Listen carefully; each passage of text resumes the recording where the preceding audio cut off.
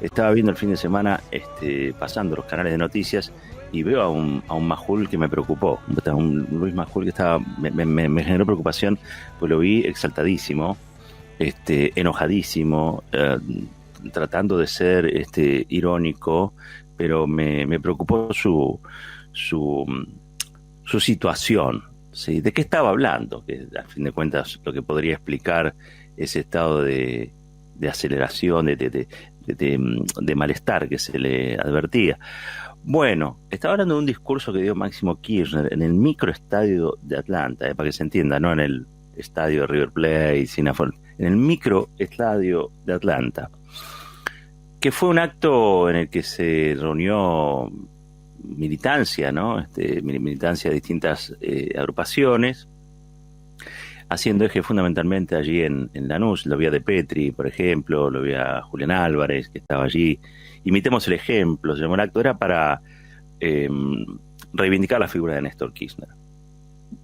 Estuvo muy interesante el Máximo que yo vi, el Máximo Kirchner que vi, primero porque habló mucho, y uno siempre lo contrasta con aquel Máximo Kirchner que irrumpió en un acto en Argentinos Juniors, hace ya unos años, 7, ponele, y al que le costaba la situación de pararse frente a un auditorio tan masivo.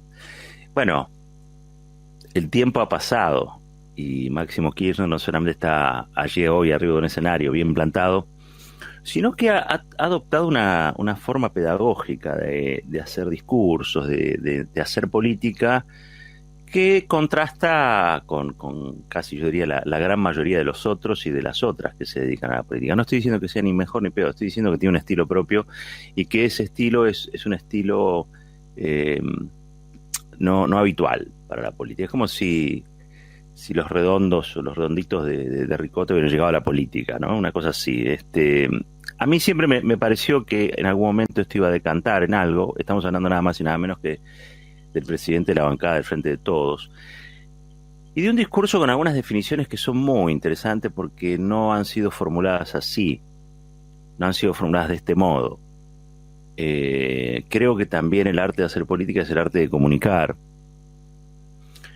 Creo que también a todo esto le hacen falta plataformas. De eso no hay, pero pareciera que cuando habla Máximo Kirchner, lo que sí hay es lo que habitualmente falta, y es política. Hay mucha política en ese discurso. Mire, nosotros cortamos algunos audios, los compartimos, porque bueno, ustedes saben, ¿no? Estas cosas solamente se difunden o se difunden un poquito para ser castigadas, con lo cual es difícil a veces tener el contexto o la frase completa, ¿no?, de lo que se dice, o el argumento desarrollado. Están hechas para ser castigadas estas intervenciones. Así que bueno, las rescatamos un poquito. Ese es un trabajo que ha hecho Gaby Presta. Yo las quería compartir con ustedes. Sobre todo, son 4 cortes. El primero es donde Máximo Kirchner, allí en Lanús, imitemos el ejemplo, se llamó el acto, era para evocar la figura de Néstor Kirchner. Hablaba su hijo, Máximo Kirchner. El primero de los audios refiere al préstamo con el Fondo Monetario Internacional. Lo escuchamos. Miren lo que habrá sido de inepto en el gobierno, que le dieron 44.000 millones de dólares y perdió la elección. Y si yo le pregunto a ustedes, ¿alguien de ustedes vio el préstamo del Fondo Monetario Internacional en sus barrios, en sus universidades, en los hospitales o en las escuelas? Nada. Se esfumó, dilapidó plata prestada. Lo peor de lo peor, y eso es lo que ha sucedido. Ustedes imagínense, sería muy bueno que el Fondo Monetario Internacional venga a Argentina a explicar y nos muestre cuáles fueron los estudios que realizó la tecnocracia, la burocracia.